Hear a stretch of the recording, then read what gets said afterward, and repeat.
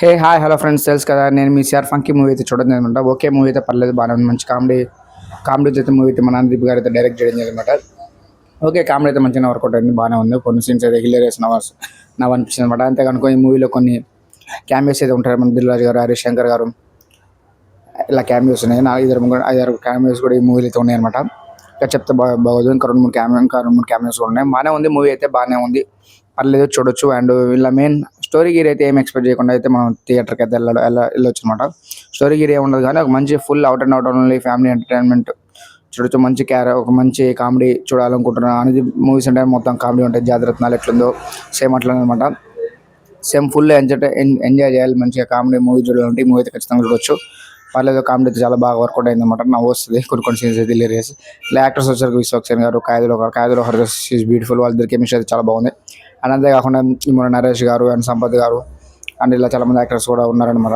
జై Krishna, little heart frame అతను కూడా ఉన్నాడు. ఒక ఉన్నంతలో మంచిగా కామెడీ వర్కౌట్ అయింది. కొన్ని సీన్స్ హిలేరియస్ అని చెప్పొచ్చు అనమాట. బాగానే ఉంది కామెడీ, నవ్వుకోవచ్చు. థియేటర్ అయితే బాగానే చూడొచ్చు. కొంతమంది అయితే బాగా ఎంజాయ్ చేయొచ్చు. ఎస్పెషల్ అనుదీప్ గారు ఎంత ఇష్టపడేటైతే మూవీ ఖచ్చితంగా చూడొచ్చు.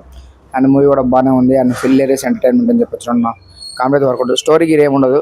ఈజ్ అ కంప్లీట్ ఫ్యామిలీ ఎంటర్టైన్మెంట్తో పాటు కంప్లీట్ ఎంటర్టైనర్ తీయాలని చెప్పి మూవీ అయితే డైరెక్ట్ చేయడం జరిగింది అనుదీప్ గారు.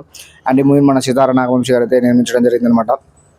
చూడొచ్చు, పర్లేదు, మూవీ అయితే బాగానే ఉంది. Full is out and out family entertainment అని చెప్పాను. అండ్ ఎస్పెషల్లీ విశ్వక్సేన్ గారి క్యారెక్టర్ గురించి చెప్పాలి.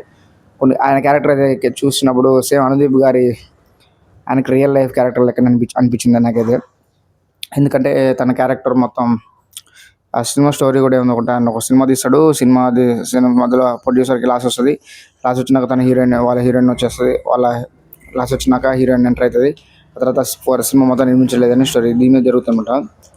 మూవీ బాగానే ఉంది. 1 9 పంచులు అనమాట. మొత్తం విశ్వక్సేన్ గారు పంచులు వేసుకుంటూ పోతారన్నమాట. అండ్ డైలాగ్స్ కానీ కామెడీ కానీ బాగానే వర్కౌట్ అవుతుంది. నాకు తెలిసిన వరకు అయితే విశ్వనాథ్ గారు అయితే అనుదీప్ గారిని నమ్మేశారనమాట. నమ్మేసి మూవీ ఆర్డర్ ఇచ్చారు. మూవీ అయితే బాగానే ఉంది, నమ్మేశారనమాట. అందుకే నమ్మినందుకు అనుదీప్ గారు కూడా చాలా బాగా తీయడం జరిగింది అనమాట. మూవీ అయితే పర్లేదు, చూడొచ్చు.